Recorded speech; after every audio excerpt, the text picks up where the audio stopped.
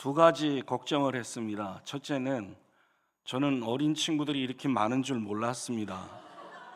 그래서 제가 준비한 원고가 과연 이게 통할까 하는 두려움이 있어서, 물론 교회 오기 전에 기도를 했죠. 이 집회를 위해서 기도를 했고 안 할 수가 없었습니다. 전도사님이 협박을 많이 했기 때문에 기도를 했고요. 두 번째, 아까 저 뒤에서 기도를 다시 했습니다. 하나님, 이거 어떡합니까? 나 도저히 이제 상황이, 저 어린 친구에게 제가 뭘 어떻게 해야 될지 모르겠습니다. 화장실을 갔는데 만났어요, 어린 친구. 그래서 너 엄마 따라왔니? 그렇대요. 이거를 어떻게 해야 될지 하는 고민이 지금 있습니다. 첫 번째 고민입니다. 두 번째 고민은 목사님께서 이 목회를 하시면서 이미 여러분들을 이렇게 말씀으로 든든히 세워놓은 것이 확실한데, 이게 제가 뭐 어떤 은혜를 끼칠 수 있을까 하는 두려움이 있습니다. 두 가지 두려움이었고 세 가지 좋은 점이 있었습니다. 만약에 저는 인천 사람이거든요. 제가 대구에 와서 만약에 이 교회를 처음 만났으면 난 이 교회에 정착했을 거다 하는 생각이 들었습니다. 제일 첫 번째는 교회가 너무 아름답네요. 그리고 두 번째는 여러분들 찬양하는 모습이 정말 살아있어서 좋았습니다. 세 번째는 아부하기 위한 건 아닙니다. 목사님 얼굴이 마치 주의 얼굴 같았습니다. 너무 좋았습니다. 너무 좋았고, 여러분 외부에서 강사가 오면 형식적으로 하는 말이 있거든요. 근데 저는 정말로 형식적으로 하는 말은 아닙니다. 여기 우리 제가 아는 전도사님이 한 분 계신데, 그 전도사님이 제가 형식적으로 이렇게 말 못하는 사람인 걸 잘 알고 있습니다. 저는 상당히 직선적이고, 그래서 오늘 아주 고민이 많은 중에 또 고민이 심각한 가운데 제가 여기 올라왔습니다.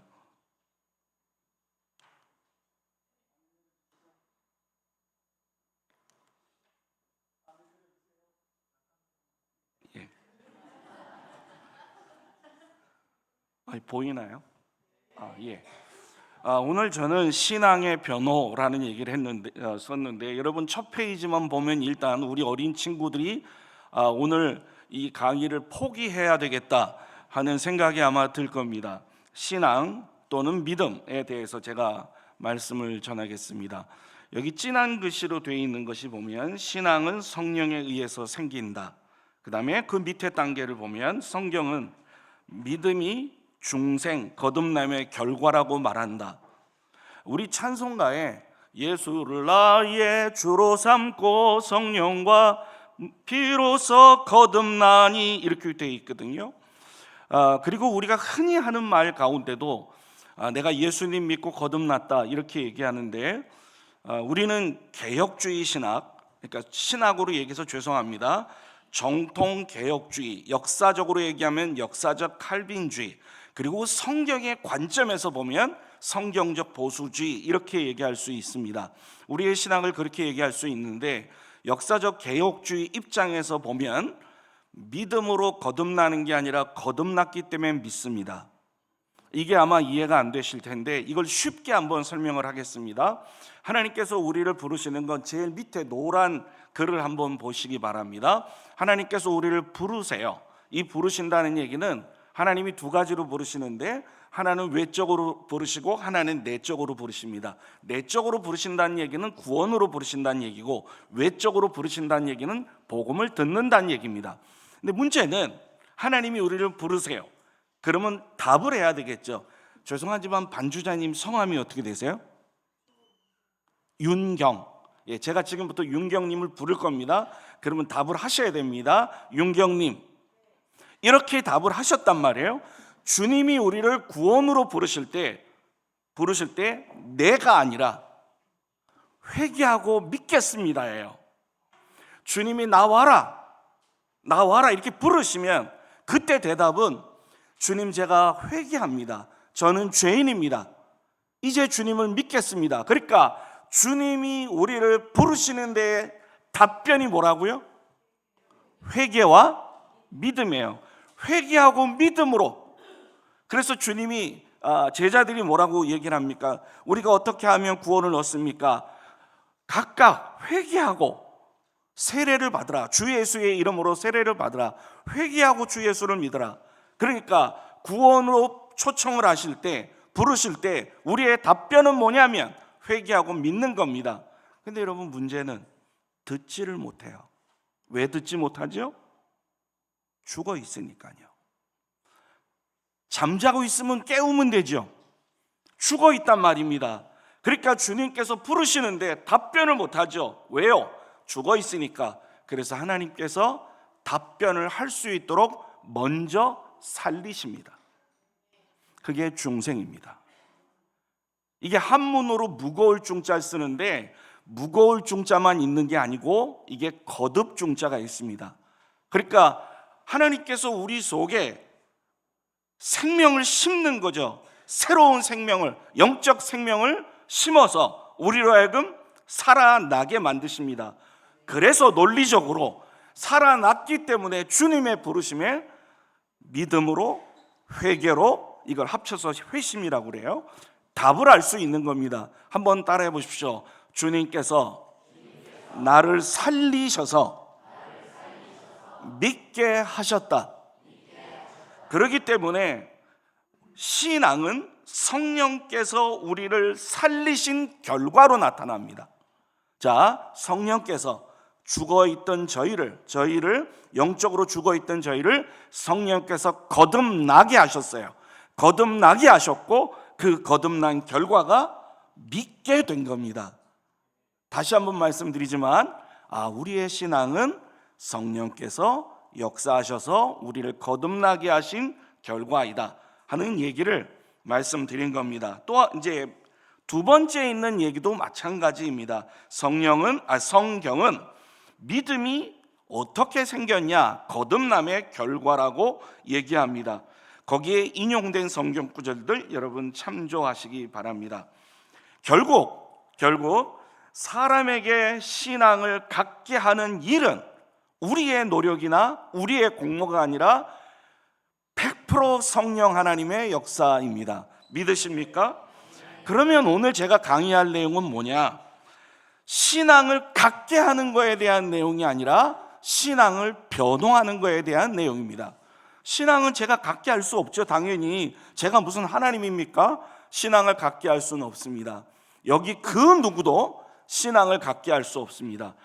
성령께서 99.9% 하시고 우리가 1% 신앙을 갖는데 힘을 쏟는다. 아니에요. 0.0001%도 아니고 우리는 제로입니다. 신앙을 갖는데 우리의 역사는 제로. 오직 100% 성령께서 일하시고 그 일하심의 결과로 우리가 믿음을 갖게 됐습니다. 그렇다면 신앙을 변호하는 건 어떻게 되느냐? 그건 우리의 일입니다. 신앙을 변호하는 건 한번 보겠습니다. 자, 뭐라고 써 있죠? 신앙을 변증, 변호 제대로 돼 있죠. 제가 이게 저쪽에 글이 안 보입니다. 변증, 변호의 필요 이렇게 돼 있습니다.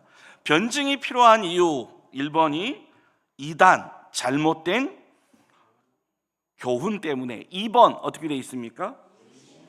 근데 그거는 색깔이 지금 다르죠. 무슨 색깔로 돼 있습니까? 저는 요거를 오늘 얘기할 겁니다. 세 개를 다 얘기 못하고 그 다음에 세 번째가 뭐냐면 교육, 기독교 진리에 대한 확신입니다. 1번과 3번은 제가 다룰 시간이 되지 않습니다. 그러면 제가 지금부터 얘기를 하는 게 뭐냐, 왜 교리가 필요하느냐를 설명할 겁니다. 사실은 예수님께서 이 땅에서 사역하시고 승천하신 후에는 제자들이, 그리고 그들의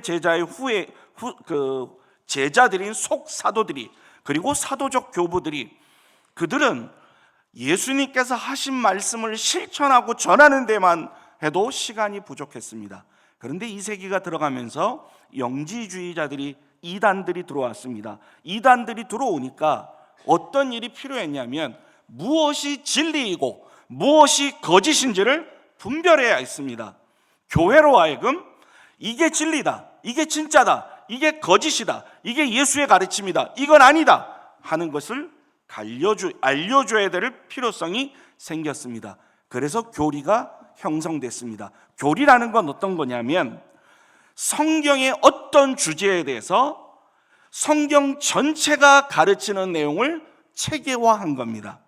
예를 들어 보겠습니다. 칭의, 그럼 뭐가 되죠? 일컬을 칭자에다가 오를 의자가 되니까 하나님께서 우리를 오히려 의롭다고 일컬어 주신 겁니다. 그러면 칭의 교리는 어떻게 나왔냐? 성경 전체에서 칭의의 내용을 끄집어냅니다. 인출합니다. 인출해서 그것을 체계화시킵니다. 그것이 칭의 교리입니다. 이 교리가 전통적으로 모든 교회가 인정할 때 그 교리를 교의라고 얘기를 합니다. 그러면 이 교의를 우리는 보통 어떻게 부르냐? 신경이라고 부릅니다. 그래서 여러분이 예, 고맙습니다. 그래도 알아주는 분이 계시니까 니케아 신경이라는 말 처음 들어보실 거예요. 근데 니케아 신경은 우리에게 목숨 같은 신경입니다.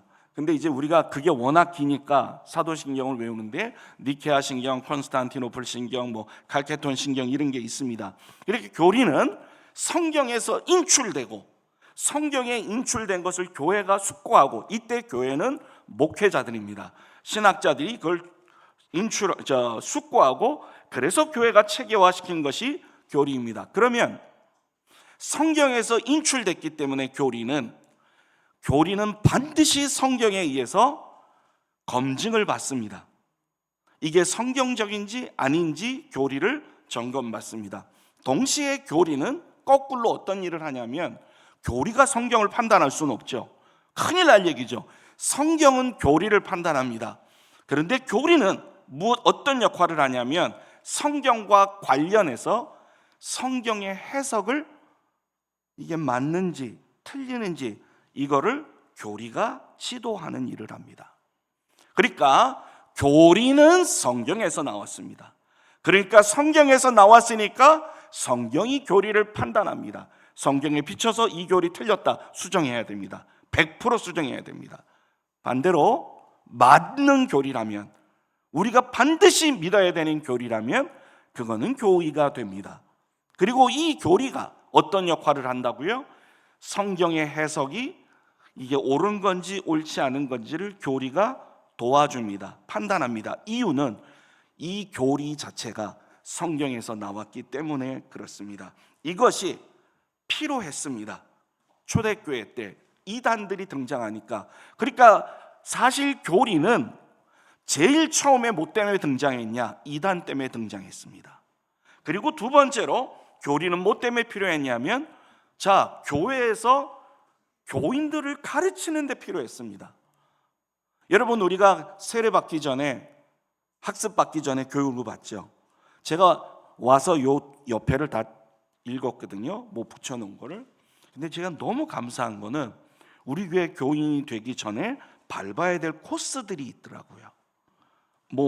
이렇게 있는데 저는 그거 보면서 너무 좋았습니다. 이렇게 하지 않는 교회가 너무 많거든요. 그냥 간단하게 문답하고 바로 세례를 주거나 이런 게 있는데, 여기는 새신자가 되는 코스가 있더라고요. 그게 너무 마음에 들었습니다. 이렇게 초신자나 아니면 신자임에도 불구하고 아직 믿음이 연약한 사람들에게 교리가 필요했습니다. 그래서 그들의 신앙을 체계화시키는 데 필요했죠. 또 하나가 뭐냐면 의심 문제입니다. 여러분 가운데 나는 의심이 없습니다. 제가 봤을 땐 거짓말입니다. 제가 얘기하는 게 아니고 존 칼빈이라는 사람이 있습니다. 들어보셨어요? 예, 안 들어보셨을 리는 없을 것 같고요. 이 교회의 신학적 성격상 들어보셨을 텐데, 존 칼빈이라는 사람이 이런 얘기를 했습니다. 참된 신앙인도 의심을 갖는다. 단지 그 의심에 대한 태도가 다르다. 그 의심을 어떻게 받아들이고 어떻게 극복해 나가는지에 대한 것이 다르다. 오늘 본문을 먼저 다시 한번 보겠습니다. 이거로 하면 본문 나오나요? 밑으로 넘길게요. 예, 너희 마음에 그리스도를 주로 삼아 거룩하게 하고 너희 속에 있는 소망에 관한 이유를 묻는 자에게 대답할 것을 준비하되, 항상 준비하되 온유와 두려움으로 해라, 이렇게 되어 있습니다. 여러분, 이 당시에 어떤 일이었냐면, 앞에 누우네요. 그냥 두세요. 제가 눕는 것은 제가 잘못해서 그런 거지 쟤들은 절대 잘못이 없습니다. 여러분 생각해 보십시오. 옛날에 주님이 설교하실 때 아이들이 여러분 어른 성도처럼 가만히 있었다? 아니면 왔다 갔다 했다? 여러분 가만히 있었을 거라고 생각하는 사람이 비정상이에요. 여러분 그때 어린아이들이 무슨 영적으로 경건해 갖고 그랬습니까? 아니에요. 지금 얘처럼 막 뛰어다녔어요. 누웠어요. 장난했어요. 심지어 예수님이 얼굴이 좀 화나니까 예수님한테 달려가서 아저씨 누구예요? 이랬다고요. 그러니까 제자들이 어떻게 했습니까? 이놈의 새끼들 저리 가 이랬다고요. 그때 예수님이 뭐라고 그러셨죠? 모르십니까? 예수님이 이러셨습니다. 얘들아, 움직이는 애들이 문제가 아니고 말려는 니들이 문제다. 어른들 집중하면 됩니다. 아이들은 원래 그렇습니다. 우리 친구들은 5분 앉아 있으면 기적입니다. 절대로 그냥 두십시오. 원래 그런 겁니다. 원래 그런 겁니다. 자, 원래 그런 거라니까요. 아닙니까? 맞아요. 움직이는 게 정상이에요. 쟤들이 앉아 있으면 그게 문제예요. 왔다 갔다 하는 게 문제고, 왔다 갔다 하는 게 저들에게는 정상입니다. 자, 이 당시에 어떤 일이 있었냐? 핍박이 있었죠. 환난이 있었죠. 근데 이 당시 초대교회 교인들이 환난과 핍박을 받았는데 두려워하지 않는 겁니다. 그걸 잘 견뎌내는 겁니다. 저 사람들 왜 그렇지? 하고 불신자들이 봤을 때 저 사람들은 우리하고 뭐가 다르다. 어떻게 저런 환난에서 저렇게 자세가 저럴 수 있을까? 어떻게 저렇게 웃을 수 있을까? 어떻게 저런 삶을 살 수 있을까에 대한 궁금증을 가졌고 그것을 물었습니다. 너희는 뭐 때문에 그러니? 하고 물었습니다. 너희 안에 뭐가 있어서 그러니? 너희가 뭘 바라기 때문에 그러니? 하면서 물었습니다. 즉 소망에 대해서 물었습니다. 그때 어떻게 해야 되느냐? 그 이유를 묻는 자들에게 대답해라. 그런데 그 대답을 위해서 준비해 놔라. 그리고 그 대답을 하는 태도는 어때야 되느냐? 온유해야 된다. 온순해야 된다. 부드럽게 해야 된다. 그러니까 변증할 때 싸우면 돼요? 안 됩니까? 안 되는 겁니다. 이 새끼 그것도 뭡니다? 이렇게 하면 안 되는 겁니다. 우리에게 소망을 묻거든 또한 우리에게 질문하거든 정말 온유한 마음으로 진지하게 답변을 해야 됩니다. 그런데 그것은 미리 준비해 놨어야 됩니다. 제가 여기에 대답이라는 거를 여기 노란색으로 되어 있죠. 대답할 노란색으로 되어 있죠. 안 되겠나요? 대답이라는 말을 제가 색깔을 다르게 해 놓은 것이 이 대답이라는 말이 헬라어로 보면 변증입니다. 변호입니다. 아폴로기아라는 본문에서는 아폴로기아라는 단어입니다. 이게 뭐냐면 변증, 변호하다 그 뜻입니다. 그러니까 이 원문을 가지고 이 성경을 보면 이렇게 되는 겁니다. 너희에게 사람들이 소망에 관해서 묻거든 너희는 변호해라, 변증해라. 그럼 뭘 변증하라는 얘기입니까? 우리가 믿는 신앙을, 그걸 변증하라는 얘기입니다. 자,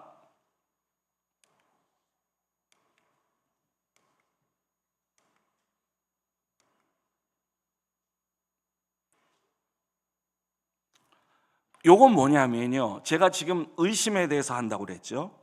이제 의심을 갖고 있는 사람들에게 우리가 변호를 하는 겁니다. 우리의 신앙을 변호하는 겁니다. 의심을 가진 사람들에게. 이번에 집중해서 이제 하겠습니다, 강의를. 이 지금 여기에 있는 이 번호는, 이 문항들은 가장 많이 듣는 의심의 질문들입니다.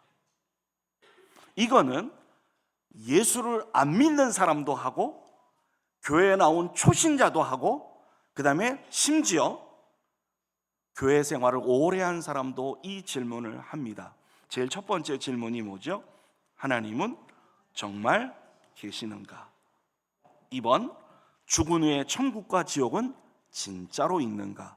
3번, 하나님이 선악과는 왜 만드셔갖고 우리로 하여금 이 고생을 하게 만들어 하는 선악과를 왜 만드셨는가? 4번, 처녀가 정말 아이를 낳을 수 있는가? 동정녀 마리아에게서 예수님이 태어나신 게 역사적 사실인데 이게 진짜로 이게 믿을만 하냐 하는 의심입니다.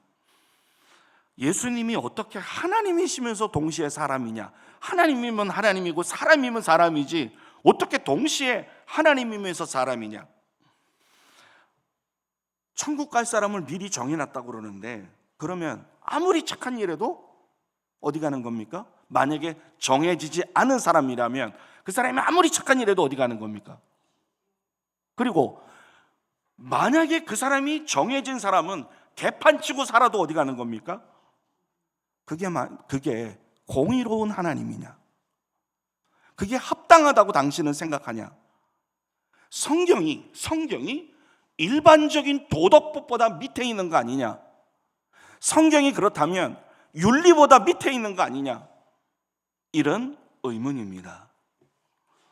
성경에 기록된 기적들이 왜 안 일어나느냐? 마지막으로 진화론, 빅뱅 이론 이런 것이 창조론보다 더 과학적이지 않냐? 그러면서 결론으로 이 사람들이 뭐라고 얘기하느냐? 기독교는 독선적이다. 기독교는 비논리적이다. 맹목적이다 이 말이죠. 그리고 기독교는 비과학적이다. 이런 얘기를 합니다. 여러분, 저는 이 가운데도 이 8가지 질문에 아직도 해결을 받지 못한 사람이 있을 거라고 생각을 합니다. 그리고 이런 생각을 갖는 것은 결코 의심은 좋은 것은 아니지만 의심이 좋은 건 아니지만 이 과정은 겪게 돼 있습니다. 자, 우리는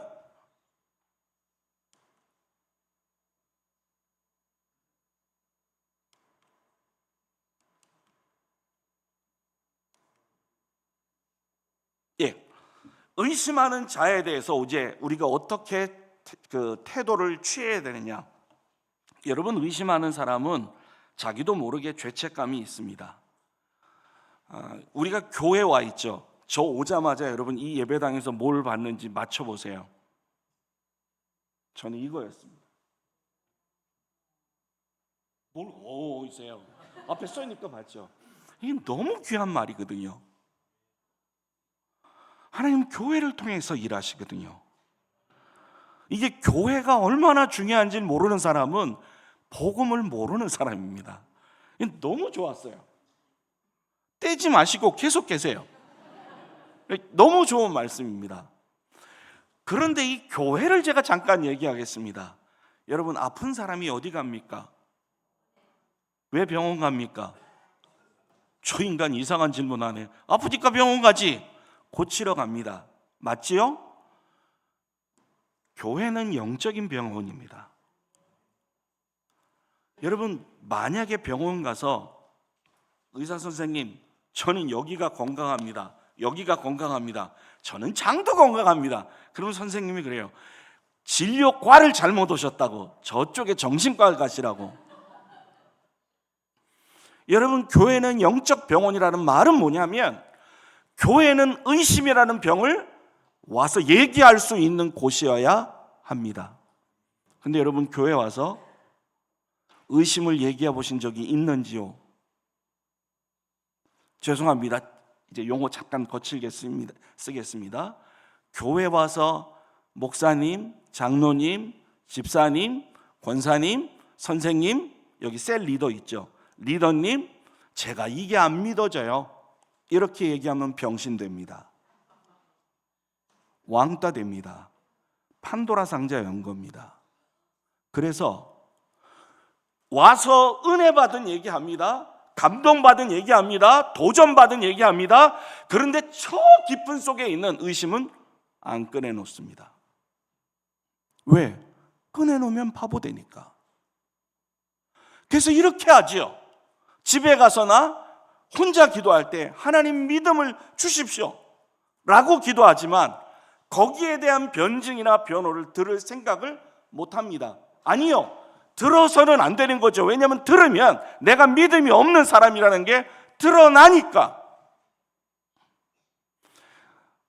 여러분, 제가 어느 대학에 신우회 성경 공부를 인도한 적이 있습니다.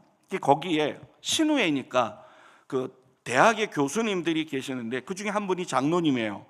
장로님이 공부를 이제 하고 저한테 말씀을 듣고 어느 날 식사를 대접하겠다고 그래서 식사를 했습니다. 그 장로님하고 식사를 하는데 사모님을 모시고 나왔어요. 근데 사모님이 의자를 갖고 오셨어요. 웬 의자입니까? 그랬더니 식당의 의자를 사용하지 못해요. 허리가 워낙 안 좋으신데 본인이 의학적으로 만드신 그 의자를 갖고 다니세요. 근데 여러분, 허리 아픈 분은 겉으로 보면 멀쩡합니다. 그건 진짜 아파 본 사람만 알지요. 그분에게 물었습니다. 뭐 이러면 어떠세요? 많이 힘드시죠? 그랬더니 뭐라고 얘기를 하시냐면 그분 권사님입니다. 권사님이 제가 아픈 얘기하면 다 목사님들이 기도하라고 그러고 기도하라고 그러는데 기도해도 잘 안 낫습니다 이러더라고요. 제가 그랬습니다. 권사님한테, 권사님, 기도가 나오는 건 덜 아파서 그래요. 진짜 힘들면요, 진짜 아프면 기도 안 나와요. 여러분, 제 말에 공감하지 않습니까? 큰 병기 걸린 사람이, 정말 힘든 병에 걸린 사람이 기도가 나오면서 할렐루야 하나님 아버지 이 병을 치료해, 그게 비정상이죠. 여러분, 진짜 아픈 병에 걸리면 기도 안 나옵니다. 뭐가 나오냐면 탄식이 나오죠. 그래서 욥처럼 되는 겁니다. 욥의 탄식이 믿음인 이유는 뭐냐면 이 병이나 이 환난은 다른 누가 해결할 수 있는 게 아니다. 오직 하나님만이 해결한다. 왜? 생사화복을 하나님이 주시니까. 따라서 나는 누구에게 탄원한다? 하나님에게 탄원한다. 그러니 욥의 탄원에는 믿음이 있어요. 저는 그때 그 권사님 만나고 장로님 만나고 나서 좋아하는 찬송이 하나 생겼습니다. 저는 복음성을, CCM을 잘 모릅니다. 잘 몰라요.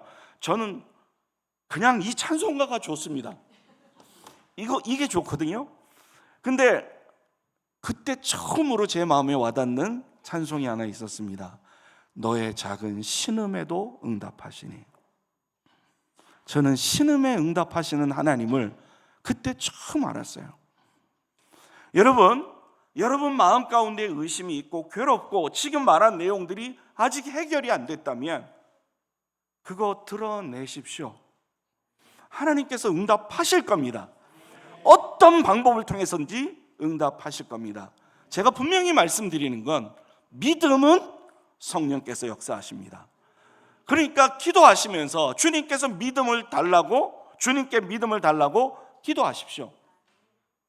제가 여러분에게 도움을 드리려고 하는 건 뭐냐면 믿음을 갖게 할 수는 없지만 이런 문제들이, 이러한 질문들이 이게 이것 때문에 나온 거구나 하는 것을 깨닫게 하고 알려드림으로써 여러분에게 개연성을 갖도록 하는 겁니다. 이 변증의 필요가 뭐냐면 이런 거죠. 하나님이 어딨냐? 천국이 어딨냐? 기독교는 어마어마하게 비논리적이다. 합리적이지 않다. 교회 다니는 사람 봐라, 학력 다 무식하다. 이러면서 기독교의 복음과 교리와 교회를 비합리적이고 비논리적이고 그 다음에 맹목적이고 독단적이라고 우리를 비판하는 사람들에게 변호를 통해서, 변증을 통해서 논리적으로 얘기를 하는 겁니다. 그러면 목적이 뭐냐? 그들이 믿게 하는 건 아니라고 제가 말씀을 드렸죠. 믿음은 우리가 해서 생기는 게 아닙니다. 그러면 그들이 이렇게 되는 게 목적입니다. 들어보니까 나름 논리적이네. 들어보니까 하나님이 또는 하나님은 아니라 할지라도 신이 있을 수도 있겠네. 들어보니까 선악과 문제도 그렇게 내가 저렇게 비판할 내용은 아니겠네. 저거 이해가 된다. 설득력이 생기는 거죠. 그래서 그들로 하여금 개연성을 갖게 만드는 겁니다. 자, 그러면 교회 안에서 이렇게 의심하는 사람들이 있을 때 어떻게 우리가 태도를 취해야 되느냐? 데이비드 키네만이라는 사람이 이렇게 얘기를 했습니다. 교회가 의심을 표현하기에는 편하거나 호의적인 장소가 아니라고 생각한다. 여러분, 교회가 젊은이들이 갖고 있는 의심이나 질문을 두려워하지 말라고 우리가 얘기를 해줘야 합니다. 오히려 성령께서 그들의 마음에 믿음을 주시기를 확신하면서 그들을 진실한 마음으로 의심으로 끌고 가야 됩니다. 그래서 직면하게 만들어야 됩니다. 청년 목회자 이상화 목사님이라는 분이 있습니다. 그분이 청년들이 교회를 떠나는 33가지 이유가 있는데 그 33가지 이유 가운데 제가 몇 항만 여러분에게 소개하겠습니다. 성경과 교리에 대한 의심이 해결되지 않을 때, 성경 안에 모순되는 듯한 말씀에 대해서 나름 발견했는데 교회 가니까 믿어, 그냥 믿으면 돼 라고 얘기할 때 청년들은 교회를 떠나고 싶어한다. 이것이 33가지 이유 중에 두 번째 이유였습니다. 이성적으로 납득이 안 되는데, 그리고 서로 충돌하는데 이런 거에 대해서 혼돈이 생기기 때문에 나는 교회 가기 싫다 하는 것이 6항이었습니다. 근데 여러분, 뒤에 가서 제가 얘기를 하겠지만 신앙을 포기하는 건 사실은 맞지 않죠. 왜냐하면 신앙이 없는 사람들이니까. 교회 생활을 포기하는 이유 중에 결정적인 것이 무엇이냐? 교인들의 도덕적 생활이 아닙니다. 목회자의 도덕적 생활이 아닙니다. 윤리 아닙니다. 왜냐하면 목사님을 봤는데 목사님이 정말 목사님 도덕적이지 않아, 이러면 교회 생활을 포기하는 게 아니라 딴 교회 가버립니다. 신앙생활을 포기하는 게 아니라 딴 교회 갑니다. 그런데 포기하는 건 뭐냐? 그건 의심의 문제입니다. 이거는 내가 믿어야 될지 안 믿어야 될지를 결정해 버리는 거죠. 그리고 아예 교회를 떠나는 겁니다. 그래서 의심의 문제는 우리가 반드시 해결해 줘야 됩니다. 우리가 해결하는 게 아니라 도움을 줘야 된다는 얘기입니다. 페럿이라는 사람이 이런 얘기를 했습니다. 신앙은 의심이 있더라도 성장할 수 있는 것이 아니라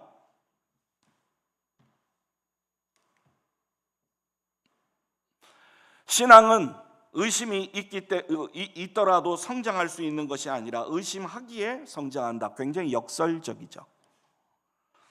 티모시 켈러, 이 사람은 여러분이 꽤나 많이 아실 거예요. 티모시 켈러는 이렇게 얘기합니다. 믿기 위해서 먼저 의심하라. 일말의 의심도 없는 신앙이란 항체가 없는 몸과 같다.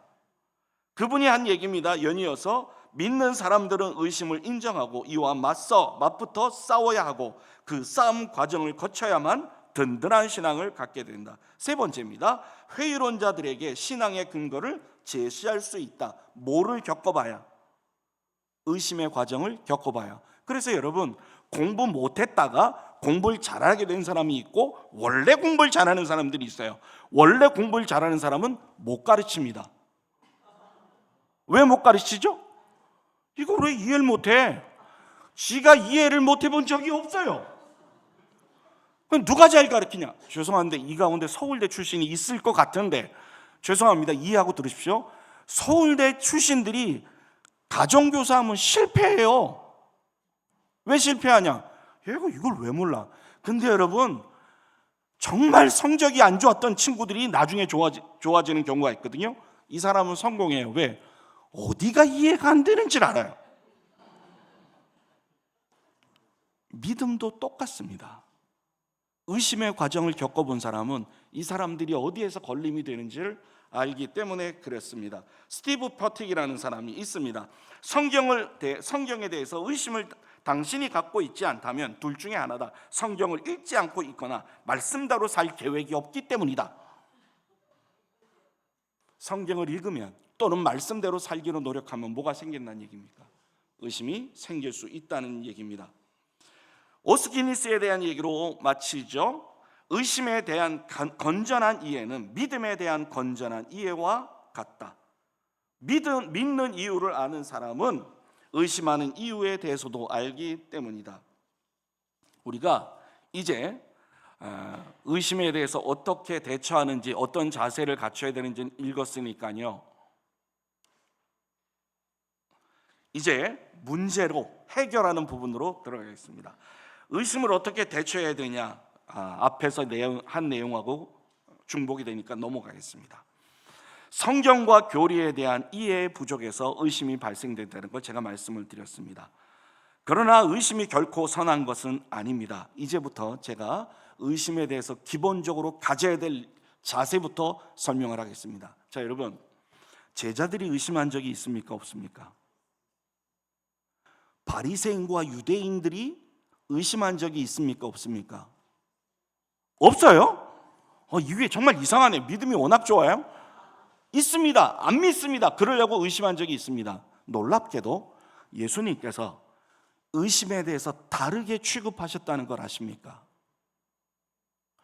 믿으려고 하는데 드는 의심에 대해서는 주님이 도와주셨어요. 근데 예수님을 안 믿으려고 하는 악착같이 안 믿으려고 하면서 대적하는 의심은 주님께서 강하게 책망하셨습니다. 다시요, 안 믿으려고 이를 바득바득 갈면서 의심하는 의심은 주님이 독사의 새끼들이라로 얘기할 수 있을 정도로 강하게 책망하셨습니다. 그런데 제자들이 믿음이 연약했거든요. 믿으려고 하는데 의심이 들었어요. 그때 주님이 이렇게 얘기하셨죠. 만져봐라, 손 놓아봐라, 그리고 의심하지 말고 믿는 자가 되라. 예수님은 의심하는 거에 대해서 대하는 태도가 다르셨어요. 자, 여기 계신 분들, 안 믿으려고 여러분 의심하는 거죠?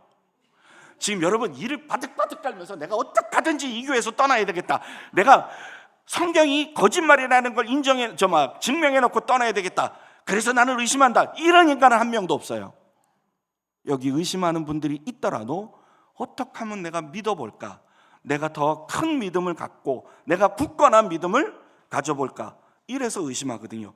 그렇다면 여러분이 의심하지 않아야 될 게 하나 있습니다. 그게 뭐냐? 하나님께서 여러분의 믿음을 도와주실 것을 의심하지 않으셔야 돼요. 크게 아멘 하셔야 되는데 정말로 도와주실 겁니다. 왜? 여러분이 의심하는 의도가 나쁜 게 아니거든요. 주님이 도와주실 겁니다. 자, 의심의 성격이 어떤 건지를 한번 살펴보겠습니다. 방금 전에 제가 얘기했던 건데요, 여기 전도사님 계세요? 전도사님이 저 인간은 왜 저렇게 말을 해? 저 사람은 내가 볼 때 나보다 인격적으로 밑에 있어. 진짜 그렇다는 얘기 아니에요. 학교 가서 괜히 소문내면 안 돼요. 그렇다! 그러면 그것 때문에 신앙을 포기하진 않는다니까요. 신앙을 포기하는 건 뭐냐면 다 교리적인 문제예요. 이게 어떻게 해서 가능하지? 이건 교리예요. 그러니까 저들이 갖고 있는 의심은 다 어떤 성격이냐면 교리적 성격입니다. 언제 많이 나타나느냐? 모태신앙, 어렸을 때부터 이렇게 교회 다니던 친구들이 부모 의존적 신앙에서 독립적 신앙으로 건너가는 과정에서 키가 자라고 지혜가 자라고 이성적 사고 능력이 늘어나면서 이전에는 그냥 믿어졌던 게 안 믿어지는 겁니다. 예를 들어서 다윗이 곰이나 사자를 만나갖고 입을 찢었대요. 어떻게 찢지? 내가 동물원 가보니까 접근조차 못할 정도로 해놨던데 어떻게 찢지? 의심이 되는 겁니다. 어떻게 무리를 걸어가지? 장력 이용해서 하나? 어떻게 해서 바다가 갈라지지? 어떻게 해서 하늘에서 불이 떨어지지? 여러분, 제가 시간이 있으면 구약이나 성경에서 나오는 기적, 기적, 이 기적문들을 진짜 좀 한번 얘기를 하고 싶은데 그건 지금 다룰 수 없고요. 지금 왜 기적이 안 일어나느냐 하는 문제는 얼마든지 교리적으로 답변이 가능합니다. 얼마든지 답변이 가능합니다. 잠깐 동안만 맛을 보여드리면, 여러분 성경에서 항상 기적이 있었죠. 끄떡끄떡 거리시는 분은 성경을 안 읽으신 분입니다. 여러분 기적은 성경에서 어느 시대에 집중적으로 나타납니다. 첫 번째가 언제냐? 창조는, 여러분 인간은 다 창조된 다음에 마지막 날 창조됐거든요. 그래서 천지 창조가 되는 걸 못 봤어요. 맞잖아요. 다 창조된 다음에 나왔으니까 모르죠. 성경에서 집중적으로 기적이 나타나는 데는 출애굽, 또한 엘리야, 엘리사 시대, 그리고 예수님 시대입니다. 초대교회 시대. 집중적으로 나타납니다. 그건 무엇인가를 의미해요. 뭐냐? 구속사입니다. 하나님께서 우리에게 구속사적으로 필요할 때 기적을 주셨다고요. 제가 간혹가다 학생들한테 그런 얘기합니다. 성경에 믿음이 있으면 이 산을 들어 바다에 빠지우라 해도 그렇게 된대요. 여러분 믿습니까?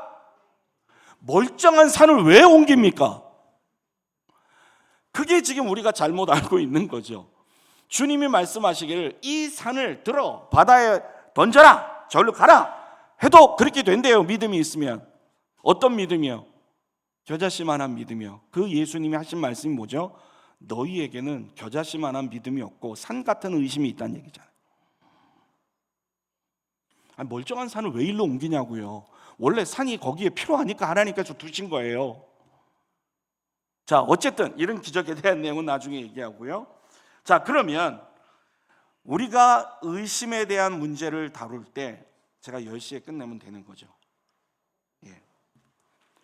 이 의심은 무엇보다도 인간의 유한성에서 생깁니다. 유한성에서.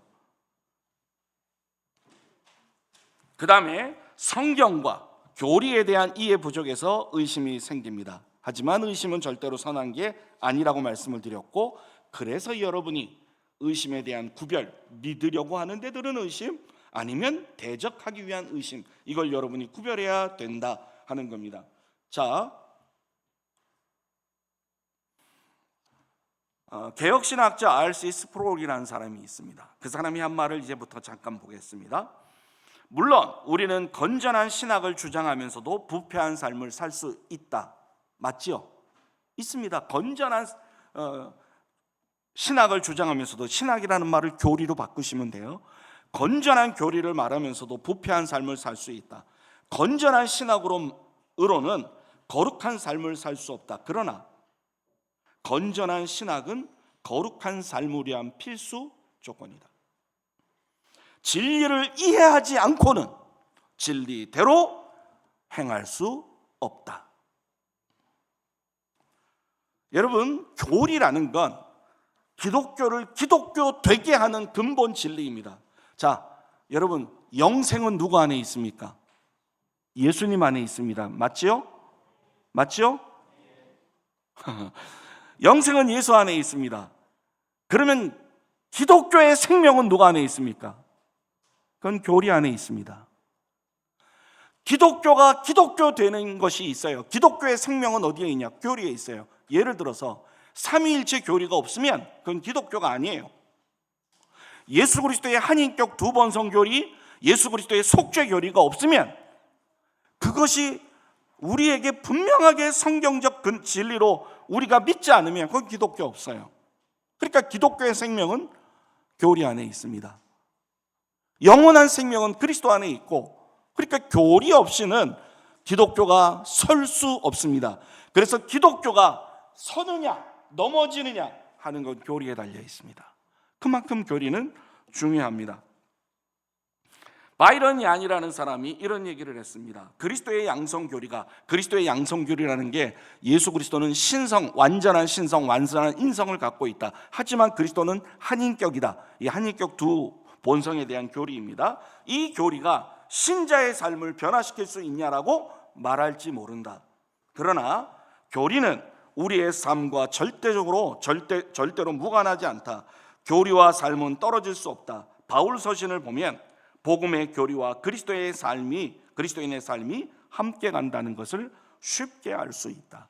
결론은 노란색 글씨입니다. 한번 읽어봅시다. 같이요. 바른 교리 하나씩이요. 급하게 따라하지 마시고 바른 교리에서 바른 믿음이 나오고 바른 믿음에서 뭐가 나온다? 바른 삶이 나온다. 여러분, 바른 교리가 없고 바른 믿음이 없이 바른 삶을 사는 건 그건 도덕이에요. 윤리예요. 여러분, 우리가 바른 삶을 살자고 교회가 얼마나 외쳐댑니까? 우리가 올바르게 신앙생활해야 된다, 본이 되는 신앙생활해야 된다, 삶 속에서 본이 돼야 된다, 얼마나 외쳐댑니까? 안 변해요. 한국교회가 안 변하는 이유가 뭡니까? 교리가 없어요. 어떻게 살아야 되는지 뼈대가 없어요. 그래서 바른 교리에서 바른 믿음이 나옵니다. 왜냐? 교리가 잘못되면 믿음이 올바를 수가 없어요. 여러분, 신천지 양아치들 보세요. 신천지가 잘못된 교리를 갖고 있으니까 잘못된 믿음을 갖고 있는 거잖아요. 그러니까 바른 교리에서 바른 믿음이 나오고 바른 믿음이 바른 삶을 갖고 오는 겁니다. 그러니 이 세계는 떨어질래야 떨어질 수가 없습니다. 자, 그러면 이제 제가 하나씩 좀 여러분하고 같이 살펴보겠습니다. 예를 들어 볼게요.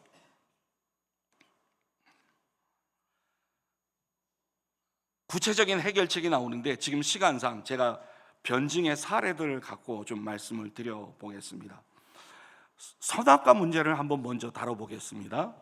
이제 선악과 문제를 다룰 텐데 여러분이 질문을 저에게 해주십시오. 선악과는 왜 만들어갖고 이 고생을 하게 합니까? 시작. 여러분 아까 아멘보다 더 큰 소리로 하네요. 선악과는 왜 하나님이 만들어갖고 이 고생을 하게 합니까? 만약에 하나님이 선악과 안 만들었으면 어떻게 돼요? 안 만들었으면요, 안 따먹었겠죠. 그러면 죄를 졌을까요? 안 졌을까요? 안 졌겠죠. 그러면 사망이 왔을까요? 안 왔을까요? 안 왔겠죠. 이게 무슨 어려운 질문입니까? 하나님이 왜 만들어 놓으셨을까 하는 질문입니다. 그러면 제가 역으로 한번 질문을 여러분에게 던져보겠습니다. 여러분, 천사가 타락한 건 아시죠? 천사가 선악과 먹고 타락했습니까? 천사가 선악과 먹고 타락한 건 아니잖아요. 어떻게 타락했죠? 스스로 교만해져서 타락했습니다. 제가 이 얘기했더니요, 또 어떻게 말하는 사람이 있냐면, 인간이 선악과 없이도 타락한데, 여러분 제가 언제 그랬어요? 그게 아니라 인간이 타락해 놓고 그 타락한 원인을 선악과를 만드신 하나님에게 돌릴 수 없다는 얘기입니다. 하나님에게 핑계할 수 없다는 얘기입니다. 그 근본적인 이유가 뭐냐면 천사는 선악과 없이도 타락했어요. 그러니까 타락한 원인을 선악과를 만드신 하나님에게 돌릴 수 있다, 없다? 없다. 그러면 선악과가 왜 필요했냐 하는 선악과의 필요성을 짚어야 되겠죠. 자, 제가 이제 여러분하고 한번 보겠습니다. 하나님 선한 걸 좋아하시죠? 여러분, 이제부터 제 대답을 조심해서 해야 돼요. 자, 하나님 선한 걸 기뻐하시죠? 하나님 악한 걸 싫어하시죠? 맞죠? 일반적으로 그렇죠? 여러분, 이게 맞습니까? 맞죠? 그런데 제가 질문을 바꿔보겠습니다. 제가 말을 바꿔보겠습니다. 하나님이 선한 거기 때문에 기뻐하시는 겁니까? 하나님이 기뻐하시는 거기 때문에 선한 겁니까? 만약에 선한 것이기 때문에 기뻐하신다면 하나님은 선이라는 거에 종속되는 겁니다. 선한 거기 때문에 하나님이 기뻐하시는 것이 아니라 하나님이 기뻐하시는 거기 때문에 선입니다. 하나님이 싫어하기 때문에 악한 겁니다. 일반적으로 생각했을 때 사람을 죽이는 건 선입니까? 악입니까? 여러분, 이게 어려워요? 일반적으로 생각했을 때 율법적으로 생각했을 때 사람을 죽이는 건 선입니까? 악입니까? 근데 가나안 족속 죽일 때는 어떻게 해야 됩니까? 죽여야 선입니다. 죽여야 순종이었습니다. 살리는 게 뭐였습니까? 거역이었습니다. 이 말이 뭘 의미하느냐? 선과 악을 판단하는 것은 하나님이란 얘기예요. 그러니까 선, 악과가, 여러분, 뱀이 유혹할 때 이 인간이 어떻게 유혹합니까? 네가 이것을 먹는 날에는 눈이 밝아져? 눈이 밝아져? 그 다음 뭐예요? 선악을 알게 된다 그랬죠. 근데 여러분, 그 말만 한번 보세요. 그 말만. 선악을 알면 선은 행하고 악은 안 행하니까 알아야 되잖아요. 근데 하나님과 같이라는 말이 있단 말이죠. 여러분, 바벨탑을 쌌을 때 그들이 했던 행위가 뭐냐면 하늘에 닿는 겁니다. 하나님과 같이 되는 겁니다. 여러분, 아담과 하와가 선악과를 따먹은 건 하나의 죄가 아니라 반역입니다. 죄 정도가 아니라 반역이라고요. 여러분, 혁명하고 구테타, 혁명, 개혁 차이 아시죠? 개혁은 머리를 두고 몸을 바꾸는 겁니다. 그러니까 머리 대신 그리스도에게, 우리가 교회가 그리스도에게 맞춰가는 거, 이거 개혁입니다. 종교개혁 맞죠? 구테타는 뭡니까? 몸을 그대로 두고 대가리를 바꿔버리는 겁니다. 선악과를 따먹은 게 뭐냐? 구테타입니다. 하나님, 그동안에 선과 악을 판단하시느냐고 힘드셨죠? 이제 제가 하겠습니다. 선악과를 먹었거든요. 먹는 게 뭐라고요? 선과 악을 판단하겠다는 얘기입니다. 바꿔 말하면 피조물이 창조주의 위치에 올라가겠다는 얘기입니다. 하나님은 선악과를 분명하게 만드신 것은 누가 창조주고 누가 피조물인지를 알려주는 겁니다. 넌 피조물이야. 난 창조주야. 너는 내가 거어놓은 선 안에서만 넌 진짜로 행복할 수 있어. 그러니까 선악과는 우리를 억압하기 위한 것이 아니라 우리로 하여금 참된 기쁨, 참된 평안 얻게 하는 것이고, 우리로 하여금 우리의 존재 자체를 알게 하는 겁니다. 선악과를 따먹은 것은 인간이 하나님 되겠다는 얘기고, 하나님은 그것을 안전장치를 해놓으신 거죠. 그러니까 선악과 따먹고 나서 이것 때문에 괜히 타락했다, 그거는 성경에 대한 무지에서 나오는 겁니다. 어떤 친구가, 두 번째로 제가 하나 할게요. 어떤 친구가 저한테 이래요. 하나님을 이해 못해서 못 믿겠다고, 하나님 이해가 안 돼서 못 믿겠다고. 그래서 제가 그랬어요, 그 친구한테. 지금 제가 하는 얘기들 다 싫어합니다. 그 친구한테 그랬습니다. 야, 하나님이 무한하시지. 네가 하나님 안 믿든 간에 만약에 하나님이 계시다고 치자, 신이 있다고 치자, 네가 유한한 존재를 신이라고 말하진 않을 거 아니냐. 네가 네 친구 보고서 넌 신이다 이러겠냐? 네가 적어도 신을 믿든 안 믿든 네 머릿속에 신 그러면 무한한 존재라고 생각을 할 거 아니냐, 전능한 존재라고 생각할 거 아니냐. 그건 그렇지? 맞잖아요, 여러분. 그러면 신은 무한해야 되냐 유한해야 되냐? 안 믿는 사람이 되니까요. 뭐라고 답했겠습니까? 유한한 신이 어디 있습니까, 세상에. 무한한 신이라고 그러겠죠. 그럼 너는 무한하냐 유한하냐? 내가 신이 아니니까 난 유한하지. 그러면 내가 이제부터 논리 펼게. 유한한테 파악이 되는 무한은, 유한한테 파악, 이해가 되는 무한은 무한이 아니라 유한이야 임마. 맞잖아요. 유한이 파악할 수 있는 무한이라면 그건 무한한 아니에요. 동시 바꿔서 얘기하면 무한을 파악할 수 있는 유한이라면 그거 유한이 아니라 무한이에요. 그래서 제가 얘기했죠. 하나님이 너한테 이해가 다 된다. 네가 하나님을 100% 이해할 수 있다. 네가 하나님을 다 안다. 너는 하나님이야. 틀린 얘기 하나도 없거든요.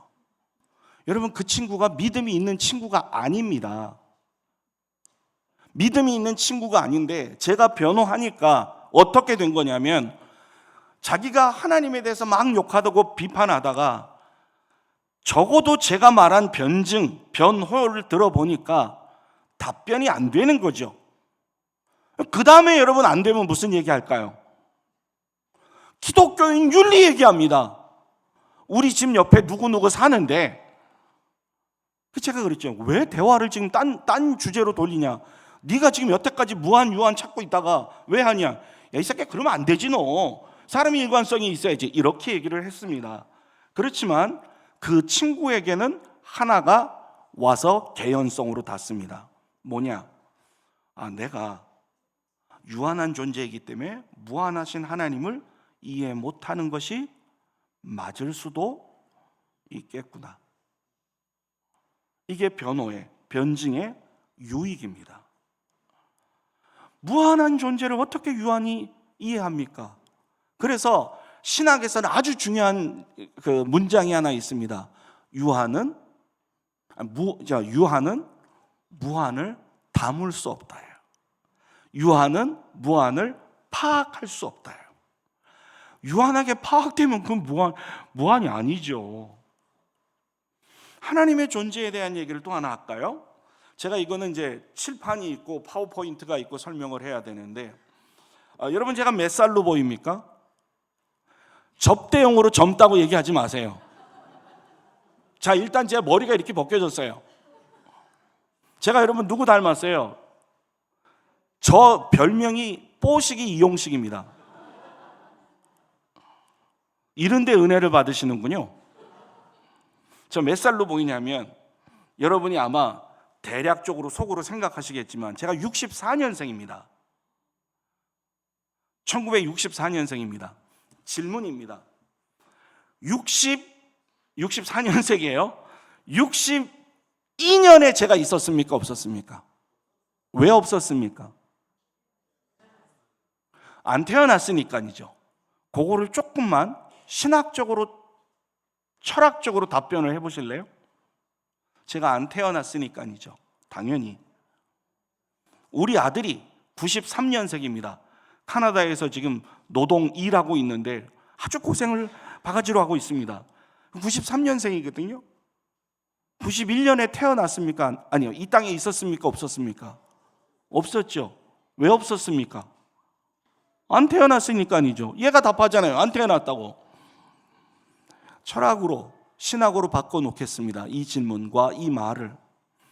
제가 62년에 없었던 이유는 저를 존재하게 만드는 존재 원인이신 저희 아버지와 어머니가 작업을 아직 안 하셨기 때문이에요. 바꿔 말하면 엄마가 임신을 안 했다는 얘기예요. 그러니까 엄마가 임신을 해서 저를 낳은 게 64년이에요. 그러니까 62년에는 저를 존재하게 했던 존재 원인이 저를 존재케 하는 일을 하지 않으셨다는 얘기죠. 이해가 되십니까?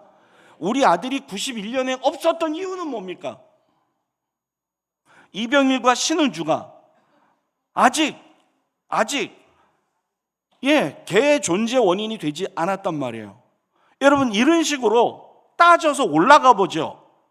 계속해서 저의 존재 원인은 누굴까요? 이병일의 존재 원인은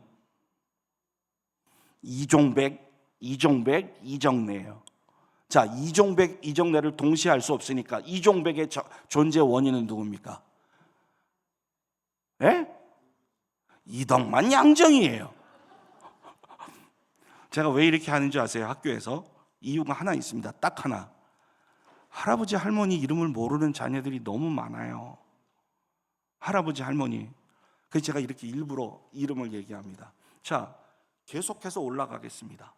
어디까지 올라갈까요? 여러분, 무한 소급이라는 건 불가능해요. 잠재적 소급만 가능하죠. 그러면 끝이 있다는 얘기예요. 자, 기독교인은 최초의 인간을 당연히 아담으로 보니까 아담이 최초의 인간이니까 아담의 존재 원인을 따지기 전에 셋, 가인, 아벨의 존재 원인을 따져봅시다. 가인, 아벨, 셋의 존재 원인은 누구예요? 아담과 하와죠. 어려운 질문한 건 아니잖아요. 그렇죠? 그러면 여기 이제 질문 들어야 돼요.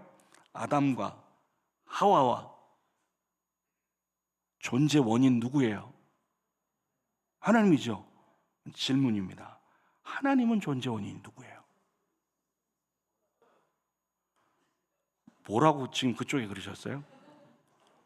여러분이 답을 얘기하셨거든요. I am who I am, I am that I am. 나는 스스로 있다거든요. 이 말이 오늘 여러분, 사실은 제가 지금까지 했던 모든 의심들은 하나님이 살아계시다는 것만 확신하면 다 해결되는 거예요. 하나님이 살아계시다면 선악과를 만드신 분명한 이유가 있겠죠.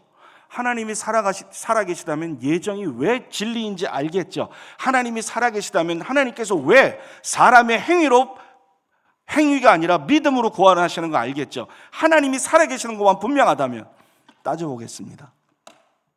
저를 존재하게 했던 원인은 제 안에 있습니까? 제 바깥에 있습니까? 밖에 누구였습니까? 벌써 까먹었어요. 이종백, 이정래라니까. 자, 이병희를 존재하게 했던 원인은 어디에 있습니까? 제 바깥에 있어요. 누구라고요? 참. 자, 그러면 이종백의 존재 원인은 안에 있어요? 밖에 있어요? 누구라고요? 오? 봐요. 애들이 그냥 집회하는 게 아니에요. 이덕만 양정이란 말이에요. 계속 올라간다고 그랬죠. 그럼 보십시오. 셋, 가인, 아벨의 존재 원인은 자기 안에 있지 않죠. 자기 바깥에 있죠. 누굽니까? 하나님입니다. 그러면 하나님의 존재 원인은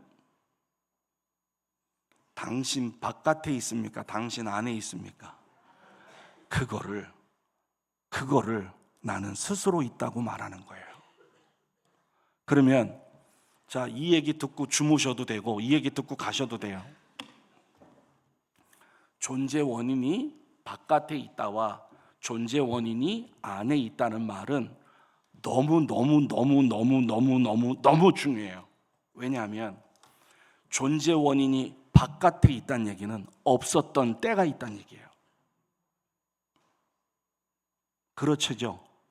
그래서 제가 예를 들었잖아요. 제 생년월일, 우리 아들 생년월일. 이 땅의 모든 것은 사람뿐만 아니라 모든 것은 존재 원인이 자신 바깥에 있어요. 그 말은 없었던 때가 있다는 얘기예요. 근데 하나님만이 존재 원인이 자신 안에 있어요. 자신 안에 존재 원인이 있다는 얘기는 뭐냐면 존재하지 않았던 때가 없다는 얘기예요. 그 존재를 우리는 절대적 존재, 필연적 존재라고 말을 해요. 그러니까 하나님은 존재 안 할래야 안 할 수가 없는 존재인 겁니다. 왜? 존재 원인이 자신 안에 있으니까. 그래서 여러분, 모세가 이렇게 얘기한 거 아닙니까? 하나님, 당신 이름 알려주십시오. 하나님이 뭐라고 알려주셨어요? 지금 여러분이 답했잖아요. 뭐라고 알려주셨어요? 여러분, 나는 스스로 있다고 왜 하나님 이름이에요? 한번 따져볼래요? 이름 벌써 까먹었어. 이름 윤경씨. 자, 여러분, 윤경씨라는 이름이 있는 이유가 뭐냐면 복수, 사람이 2명 이상이 있기 때문에 이름이 필요해요. 맞잖아요. 만약에 온 우주에 윤경씨만 있다 그러면 이름이 왜 필요해요? 이름이 호칭이었단 말이에요. 부르기 위해서 있다고요. 10명이 있으니까 이름이 필요했죠. 온 우주 만물 생기기 전에 영원부터 하나님 계셨습니다. 하나님 이름이 안 필요하죠. 누가 하나님을 불러요? 오직 유일하신 하나님이고 신이 하나님밖에 없는데, 그러니까 하나님은 호칭으로 이름이 있는 게 아니라 계시로서 있어요. 자신이 어떤 존재인지를 알려주기 위해서. 그래서 모세가 물었을 때 나는 어떤 존재냐? 스스로 있다. 나는 내 존재 원인이 내 안에 있다. 모세야, 들어라. 나는 존재하지 않을래야 않을 수가 없다. 이 얘기를 하면 불신자가 어떻게 듣냐면 그동안에 어떻게 생각했냐면, 야, 하나님이 어디 있어? 이랬다가 듣고 나서 어떻게 되냐면, 제가 이거 다 실화라고 제가 말씀을 미리 드렸어요. 듣고 나서 야, 그건 너 어디서 배웠냐 이래요. 어디서 배우긴 자식아, 성경에 나와 있지. 근데 여러분 아시다시피 나는 스스로 있다는 말이 신약에 와서 누구에게 적용됩니까? 어려운 말입니다. 맞추셨어요, 예수님. 삼위일체 하나님이 증명이 되잖아요. 빅뱅 이론 얘기 하나 하고 진짜 마칠 겁니다.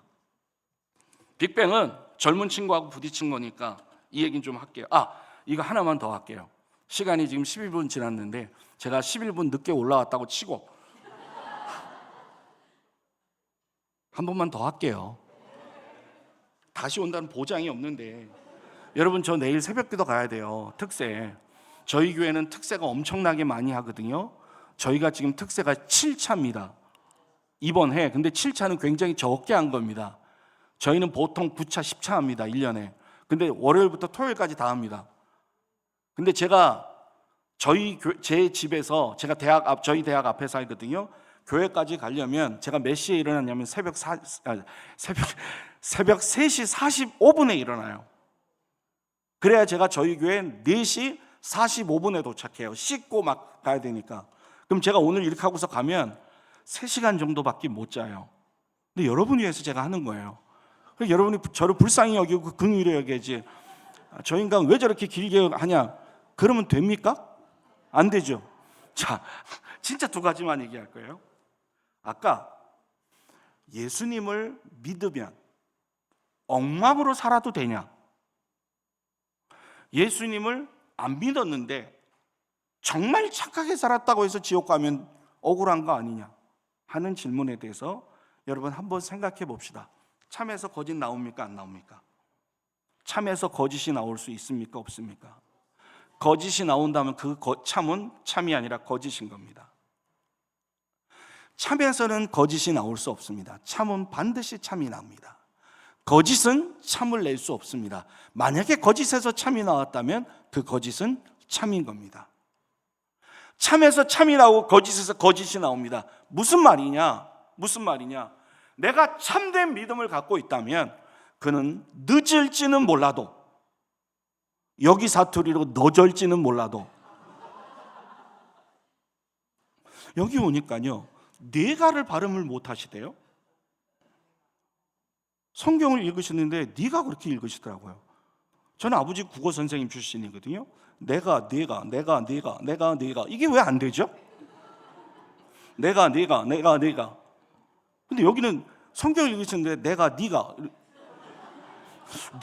안 써 있는데. 저 처음에 이 경상도 왔는데요, 하는 말 정말 못 알아들었어요. 교회 왔는데 집에 빨리 가지 마시고 이것저것 삐대다 가래요. 삐대다 가라는 게 이게 뭔 말인지.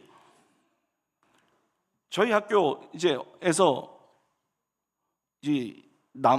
자매님을 보고 억수로 예비했네 이러는 거예요.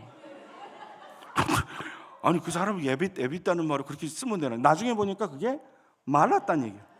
학교에서 정말 많이 헷갈렸던 것. A도 D고 D도 D다 그러더라고요.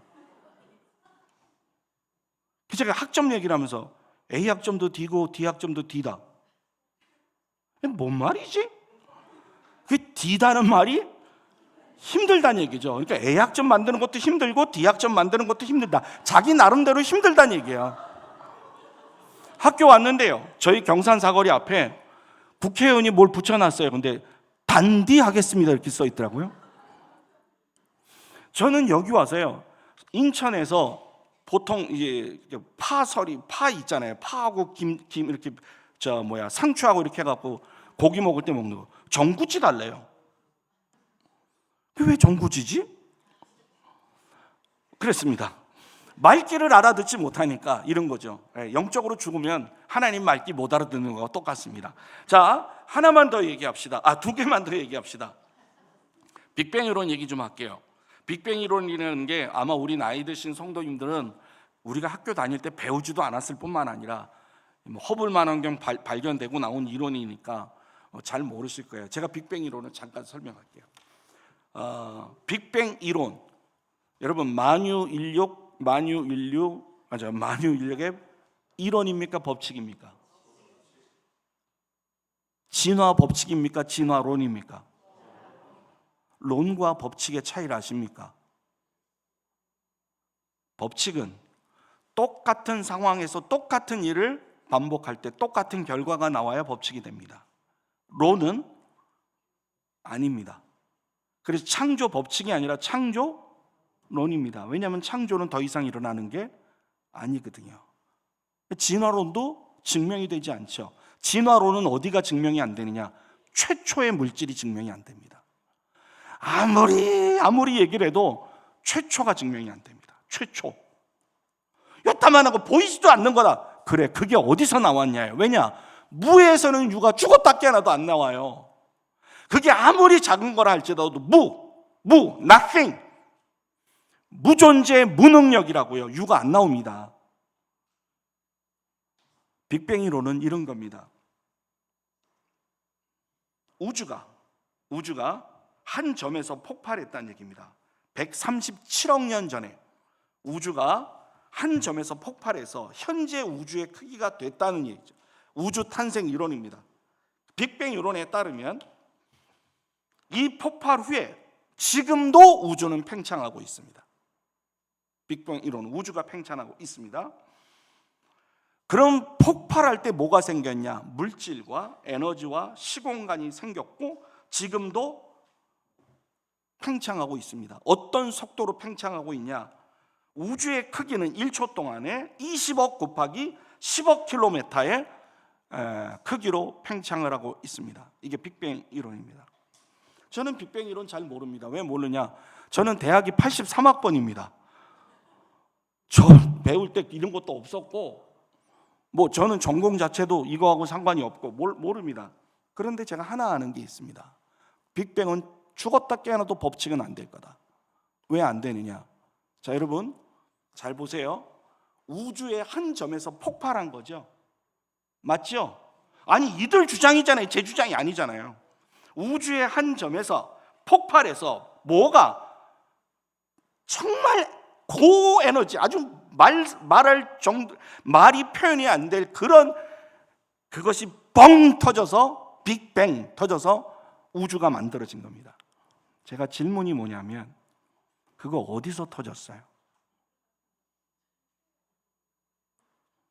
터진다는 얘기는 공간이 있는 겁니다. 여러분 이 말을 하면 여러분 저보고 말이 안 된다고 그럴 거예요. 이 예배당이 이쁘잖아요.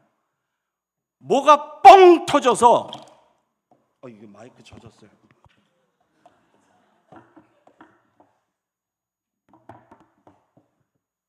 여러분 뭐가 뻥 터져서 이 예배당이 생겼다? 예배당 안에서 뭐가 뻥 터져서 예배당이 생겼다? 말이 안 되는 얘기예요. 맞지요? 그러면 뭐가 뻥 터져서 우주가 되려면, 우주가 생기려면 터지는 건 어디서 일어나야 됩니까? 우주 바깥에서 일어나야 됩니다. 근데 우주 바깥에 있다는 얘기는 뭐냐면 공간이 있다는 얘기입니다. 그러면 이 공간이 있고 이 공간에서 터져서 지금의 공간이 생겼다고 논리를 펴야 되는데 그거는 불가능하죠. 빅뱅은 제가 분명히 말씀드리지만 결론이 안 날 겁니다. 이 안에서 무엇인가가 터져서 이것이 됐다는 말은 논리적 모순이에요. 어떠한 공식을 갖다 댈 수는 있습니다. 터져서 이게 됐다. 여기 안에서 터져서 이게 됐다. 논리적 모순이에요. 제가 학생들한테, 젊은이들한테 얘기합니다. 나 빅뱅 이론 모른다. 근데 나 딱 한 가지 안다. 여기에 대해서 네가 답을 해라. 그게 성경적인지, 그게 논리적이고 과학적인지, 아니면 전지하고 전능하신 인격적 존재가, 전능하시고 전지하시고 의지를 가지신 인격적 존재가 무한한 능력으로 우주를 만들었다는 게 더 합리적인지 한번 생각해 봐라. 여러분, 창조론은 단순한 우기는 게 아니라 매우 논리적이고 합리적입니다. 변증학적으로 보면 그렇다 얘기해요. 마지막 하나 마치고 진짜로 끝내겠습니다. 더 이상 하면은 욕 먹을 것 같아서. 참으로 하나님을 아는 길입니다. 우리가 지금까지 제가 이성적인 얘기를 했거든요. 이성적으로 이렇게 변호해라, 이성적으로 이렇게 변호해라. 왜냐하면 아폴로기아라는 말이 법정에서 말하는 거거든요. 법정에서 논리적으로 말로 변호하는 거를 변호, 아폴로기아라고 얘기하고, 오늘 사용한 본문에서 대답이라는 말이 그 말이에요. 근데 그렇게 해도 안 됩니다. 왜냐하면 그 사람에게 기독교가 나름 논리적이다, 기독교인에 대해서 내가 그동안 가졌던 게 편견이었구나, 저들도 나름 논리가 있고 저들도 나름 합리적이고 신이 있을 수도 있겠구나, 하나님이 있는지 없는지는 모르지만, 하나님인지 아닌지, 기독교의 신인지 아닌지는 모르지만 신은 있을 수도 있겠구나, 이렇게 개연성으로는 우리가 얘기할 수 있을지 모르지만, 몰고 갈 수 있을지 모르지만, 하나님을 믿는 건 그렇게 안 됩니다. 하나님은 무한한 존재이시고, 방금 전에 얘기했듯이 필연적이고 절대적 존재이십니다. 있을 수밖에 없는 존재이십니다. 이러한 존재를 인간의 유한한 이성으로 증명할 수 없습니다. 하나님은 인간의 타락한 이성으로 이해될 만하게 미미한 존재가 아니십니다. 역으로 또한 인간은 창의적으로 하나님을 발견할 수 있을 정도로 위대하지도 않습니다. 그러면 하나님을 알기 위해서, 하나님을 믿기 위해서 해야 되는 건 뭐냐? 겸손하게 하나님의 말씀 앞에 무릎을 꿇고 그의 말씀을 읽는 겁니다. 그때 성령께서 조명해 주셔서 은혜로만 하나님을 알 수 있습니다. 은혜로만. 그러니까 여러분이 만약에 지금 믿고 있다면 은혜 가운데 있는 거고요. 내가 믿지만 조금이라도 의심이 있다면 그 의심은 믿기 위한 거기 때문에 하나님께서 분명히 해결해 주실 것이고요. 내가 지금 고통, 의심이라는 많은 것들이 나를 괴롭게 하고 있다. 제가 답을 알려드릴게요. 조용히 무릎 꿇고 하나님의 말씀을 읽으십시오. 그리고 읽으면서 아주 간단한 기도를 하십시오. 하나님, 믿고 싶습니다. 성령께서 이 시간 말씀을 조명해 주십시오. 저는 그 은혜가 필요한 사람입니다. 기도하겠습니다. 하나님 아버지, 감사합니다. 우리가 참된 믿음을 갖기를 원합니다. 주님이 기뻐하시는 믿음을 갖기를 원합니다. 성령님께서 이 믿음을 우리에게 허락해 주시옵소서. 이 시간 우리가 한 목소리로 기도하실 때 하나님 아버지 은혜를 주십시오. 성경이 믿어지고 하나님의 말씀이 믿어지고 의심되지 아니하고 정말로 하나님의 말씀이 마음 가운데 확신으로 와닿는 그런 믿음의 은혜를 허락해 주시옵소서. 우리 주님 이름 한번 크게 부르고 다 같이 기도하도록 하겠습니다. 주여! 아버지 하나님 감사합니다. 아버지 하나님 감사합니다. 주님께서 우리에게 믿음을 주시기를 간절히 간구합니다. 흔들리지 않는 믿음을 갖기를 원합니다. 우리 사랑하는 아버지 하나님 성도들에게 주님이 기뻐하시는 믿음을 갖게 하시고, 주님이 원하시는 믿음을 갖게 하시고, 주님께서